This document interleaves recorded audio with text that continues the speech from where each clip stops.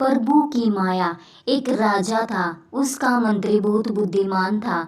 एक बार राजा ने अपने मंत्री से प्रश्न किया, मंत्री जी, भेड़ों और कुत्तों की पैदा होने की दर में तो कुत्ते भेड़ों से बहुत आगे हैं, लेकिन भेड़ों के झुंड देखने में आते हैं और कुत्ते कहीं कहीं एक आध ही नजर आते हैं। इसका क्या कारण हो सकता है?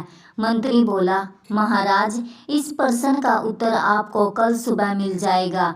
राजा के सामने उसी दिन शाम को मंत्री ने एक कोठे में 20 कुत्ते बंद करवा दिए और उनके बीच रोटियों से भरी एक टोकरी रखवा दी। दूसरे कोठे में 20 भेड़ें बंद करवा दी और चारे की एक टोकरी उनके बीच में रखवा दी। दोनों कोठों को बाहर से बंद करवाकर वे दोनों लौट गए। सुबह होने पर मंत्री राजा को साथ लेकर वहां आया। उसने पहले कुत्तों वाला कोठा खुलवाया। राजा को यह देखकर बड़ा आश्चर्य हुआ कि 20 कुत्ते आपस में लड़ लड़कर अपनी जान दे चुके हैं और रोटियों की टोकरी ज्यों की त्यों रखी है।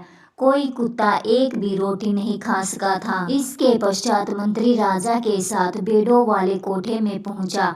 कोठा खोलने के पश्चात राजा ने देखा कि 20 भेड़ें एक दूसरे के गले पर मुंह रखकर बड़े ही आराम से सो रही थी और उनकी चारे की टोकरी एकदम खाली थी। मंत्री राजा से बोला, महाराज, कुत्ते एक भी रोटी नहीं खा सके और आपस में लड़ लड़ कर मर गए। उधर भेड़ों ने बड़े ही प्रेम से मिलकर चारा खाया और एक दूसरे के गले लगकर सो गई।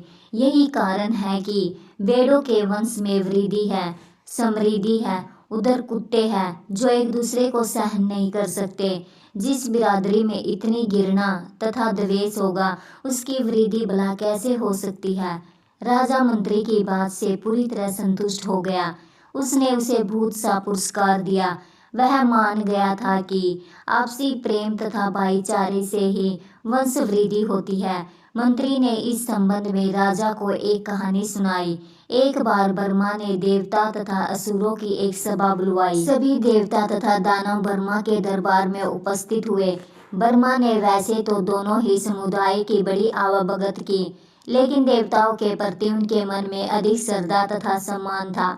दानवों ने इस बात को भांप लिया कि ब्रह्मा के मन में देवताओं के प्रति अधिक मान सम्मान है। दिखाने के लिए वे बराबर का बर्ताव कर रहे हैं। दानवों ने ब्रह्मा से कहा, ब्रह्मा जी, देखिए, आप देवताओं को अधिक महत्व दे रहे हैं। उनके प्रति आपके हृदय में अधिक सम्मान है। अगर ऐसा ही है तो फिर हमें यहाँ क्यों बुलवाया? ब्रह्मा ने बहुत समझाया बुझाया, किंतु दानवों का क्रोध कम नहीं हुआ। अब तो ब्रह्मा ने संकल्प लिया कि दानवों को इस बात का बोध कराना ही होगा कि वे देवताओं की बराबरी नहीं कर सकते। ब्रह्मा ने असुरों के राजा से कहा, मुझे प्रसन्नता होगी यदि आप देवताओं के समान बन जाए, उनसे पीछे ना रहे। हम तो पहले ही उनसे बहुत आगे हैं। असुरों के राजा ने अकड़ कर कहा, बुरा ना माने तो मैं आपकी परीक्षा ले लूं? ब्रह्मा ने पूछा, ठीक है, हो जाए परीक्षा। दानवों के राजा ने कहा। रात के भोजन में ब्रह्मा ने देवताओं, दानवों सबके हाथों पर उंगलियों तक डंडे बंधवा दिए, जिससे दोनों हाथ मुड़ ना सके। सबसे पहले ब्रह्मा ने असुरों के आगे लड्डुओं के बड़े बड़े थाल परोसे और कहा कि जो अधिक लड्डू खाएगा वही श्रेष्ठ होगा। दानवों ने लड्डू उठा तो लिए, किंतु हाथ में डंडे बंधे होने के कारण वे लड्डुओं को अपने मुंह तक नहीं ले जा सके। यह एक विकट समस्या उत्पन्न हो गई। बहुत प्रयास करने के पश्चात भी कोई भी दानव लड्डू खाने में सफल नहीं हो सके और सभी उठ गए। अब देवताओं की बारी आई। उनके हाथ पर भी उसी प्रकार डंडे बांधे गए। उनके हाथ भी मुड़ नहीं सकते थे।